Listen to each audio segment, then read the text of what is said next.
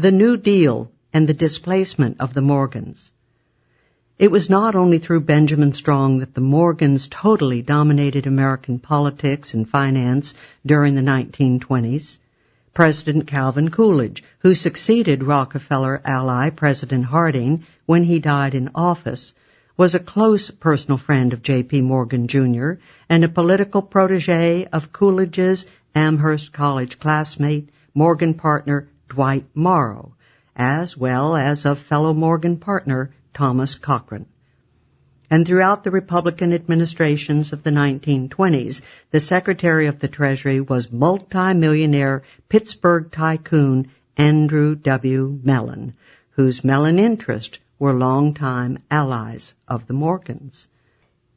And while President Herbert Hoover was not nearly as intimately connected to the Morgans as Coolidge, he had long been close to the Morgan interests. Ogden Mills, who replaced Mellon as Treasury Secretary in 1931 and was close to Hoover, was the son of a leader in such Morgan railroads as New York Central. In the meanwhile, Hoover chose as Secretary of State Henry L. Stimson, a prominent disciple and law partner of Morgan's one-time personal attorney Elihu Root.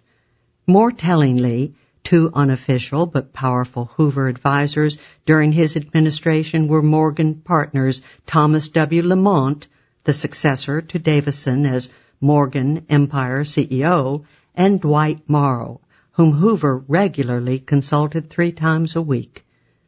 A crucial aspect of the first term of the Roosevelt New Deal, however, has been sadly neglected by conventional historians. The New Deal constituted a concerted bringing down and displacement of Morgan dominance, a coalition of opposition financial outgroups combined in the New Deal to topple it from power. This coalition was an alliance of the Rockefellers, a newly burgeoning Harriman power in the Democratic Party, newer and brasher Wall Street Jewish investment banks such as Lehman Brothers and Goldman Sachs pushing Kuhn Loeb into the shade, and such ethnic outgroups as Irish Catholic buccaneer Joseph P. Kennedy, Italian Americans such as the Giannini family of California's Bank of America, and Mormons such as Merrimer Eccles, head of a vast Utah banking holding company, construction conglomerate, and allied to the California-based Bechtel Corporation in construction, and to the Rockefellers' Standard Oil of California. The main harbinger of this financial revolution was the Rockefellers' successful takeover of the Morgans' flagship commercial bank, the mighty Chase National Bank of New York. After the 1929 crash, Winthrop W. Aldrich, son of Senator Nelson Aldrich and brother-in-law of John D. Rockefeller, Jr., engineered a merger of his Rockefeller-controlled Equitable Trust Company into Chase Bank. From that point on, Aldrich engaged in a titanic struggle within Chase, by 1932 managing to oust the Morgans Chase CEO, Albert Wiggin, and to replace him by Aldrich himself. Ever since, Chase has been the virtual general headquarters of the Rockefeller financial empire. The new coalition cunningly drove through the New Deal's Banking Acts of 1933 and 1935, which transformed the face of the Fed and permanently shifted the crucial power in the Fed from Wall Street, Morgan, and the New York Fed to the politicos in Washington, D.C. The result of these two banking acts was to strip the New York Fed of power to conduct open market operations and to place it squarely in the hands of the Federal Open Market Committee, dominated by the board in Washington, but with regional private bankers playing a subsidiary partnership role.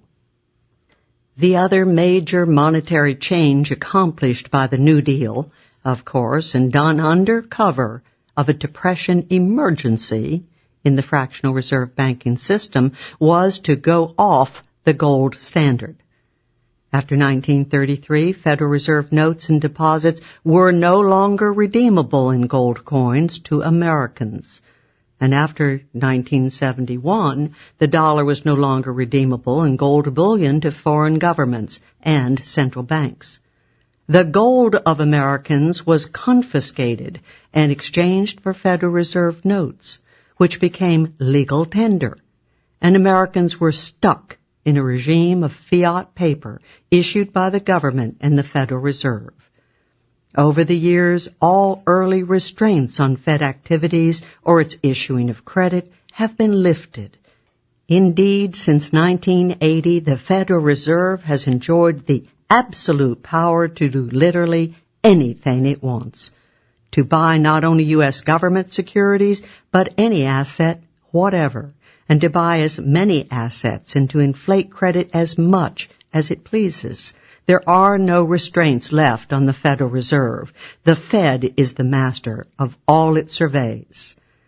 In surveying the changes wrought by the New Deal, however, we should refrain from crying for the Morgans. While permanently dethroned by the first term of the New Deal and never returned to power, the Morgans were able to take their place, though chastened, in the ruling New Deal coalition by the end of the 1930s. There they played an important role in the drive by the power elite to enter World War II, particularly the war in Europe, once again on the side of Britain and France.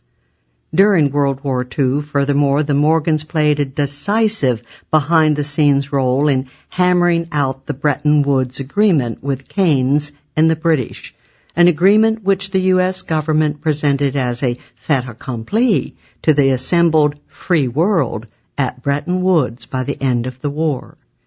Since World War II, indeed, the various financial interests have entered into a permanent realignment.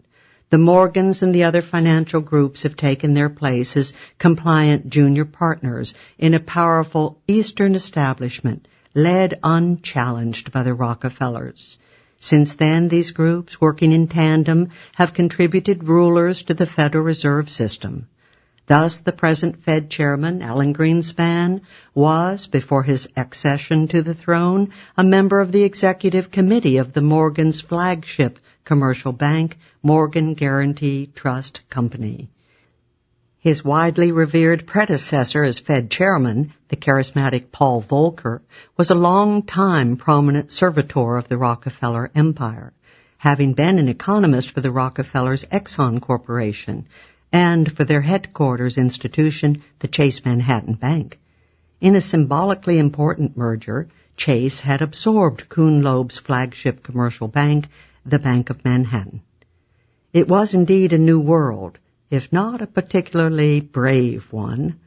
While there were still to be many challenges to Eastern establishment financial and political power by brash newcomers and takeover buccaneers from Texas and California, the old-line northeastern interest had themselves become harmoniously solidified under Rockefeller rule.